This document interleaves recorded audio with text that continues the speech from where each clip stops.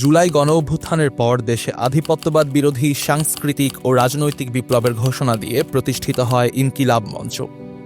সেই প্ল্যাটফর্মের জননন্দিত মুখ শরীফ ওসমান হাদী।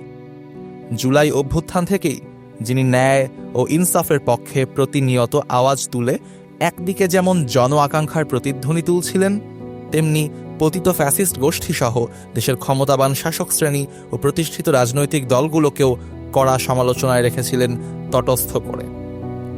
জুলাইয়ের উত্তাল সংগ্রাম পেরিয়ে সার্বভৌম বাংলাদেশ গড়তে প্রতিনিয়ত কথায় ও কাজে অংশ নেয়া ওসমান হাদীকে বিভিন্ন সময়ে তার আদর্শিক ও রাজনৈতিক প্রতিপক্ষরা ডেকেছেন টোকাই, মবমাস্টার সহ নানা উপনামে।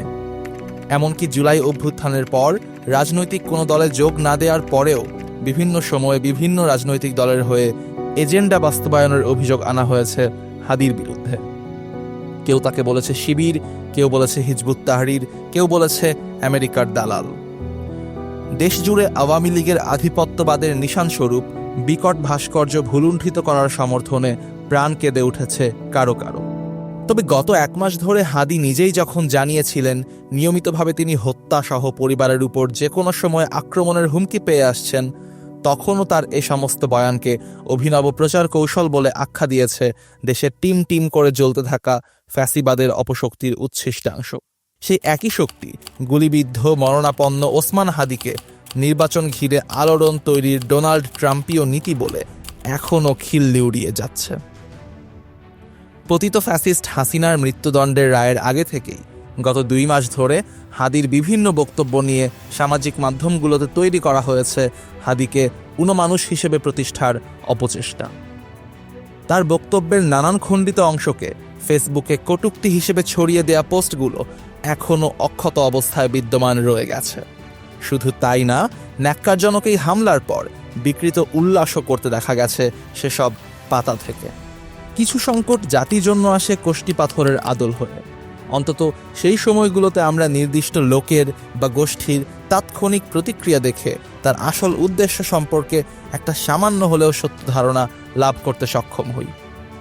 শরীফ ওসমান হাদী, যিনি দেশের সর্বোচ্চ বিদ্যাপীঠের ছাত্র, পেশায় বেসরকারি বিশ্ববিদ্যালয়ের শিক্ষক, তার পক্ষে দেশের তথাকথিত সুশীল সমাজের হয়ে উপরতলার রাজনীতি করা কোনো অসাধ্য বিষয় ছিল না।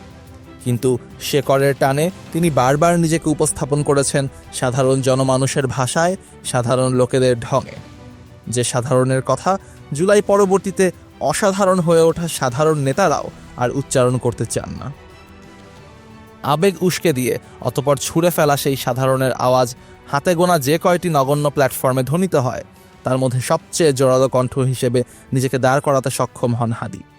কোনো দলের হয়ে নয়, কোনো গোষ্ঠীর হয়ে নয়, দেশ বিদেশের কোনো ভূরাজনৈতিক আধিপত্য, অর্থনৈতিক ব্লক বা সন্ত্রাসবাদী মাফিয়া গোষ্ঠীর হয়ে নয়, দেশের শিক্ষিত মধ্যবিত্ত আর অশিক্ষিত চাষা ভূষার দৈনন্দিন আক্ষেপকে যিনি নিজের কণ্ঠে ধারণ করলেন, তার সেই আওয়াজ স্বভাবতই আর প্রাসঙ্গিক মনে হয় না ক্ষমতার লোভে অন্ধ হয়ে যাওয়া রাজনীতিবিদদের। অভুক্ত চাষাদের, নিপীড়িত বঞ্চিত অসহায় নাগরিকদের চিৎকারে রাতের ঘুমের ব্যাঘাত ঘটে সমস্ত রাজনৈতিক দালালদের। পেছন থেকে ছুরি মেরে আহতের কাছে তারা প্রশ্ন তোলে, কেন এত বিকট চিৎকার? তাদের চেষ্টাই থাকে হাদীর মতো জনগণের কথা বলা নেতাদের প্রতিনিয়ত অপাংতেয় করে তোলা, তাকে এতটা নগণ্য করে তোলা যে মৃত্যুশয্যায় থাকা হাদীকে দেখে যখন সমগ্র বাংলাদেশের বুকে রক্তক্ষরণ হচ্ছে, তখনও তার নামটাও গণ্যমান্য রাজনীতিবিদদের মুখ থেকে ঠিকভাবে উচ্চারণ করতে শোনা যায় না। শরীফ ওসমান হাদী শুধু নিজের পরিচয়ধারী একজন ব্যক্তি নন, তিনি জুলাই পরবর্তী বাংলাদেশের সকল সাধারণ জনতার দর্পণ। সেই হাদীর ওপর যখন গুলি চলে, তখন সেই বন্দুক তাক করা থাকে দেশের সমস্ত মুক্তিকামী জনতার বুকে। সেই জনতা যারা উত্তাল জুলাইয়ে নিজের একমাত্র সম্বল, নিজের জীবনটা হাতে নিয়ে রাজপথে স্লোগান তুলেছিল, বুকের ভেতর অনেক ঝড়, বুক পেতেছি গুলি কর। হাদী এই মুহূর্তে বাংলাদেশের 16 কোটি মানুষের হয়ে গেছেন।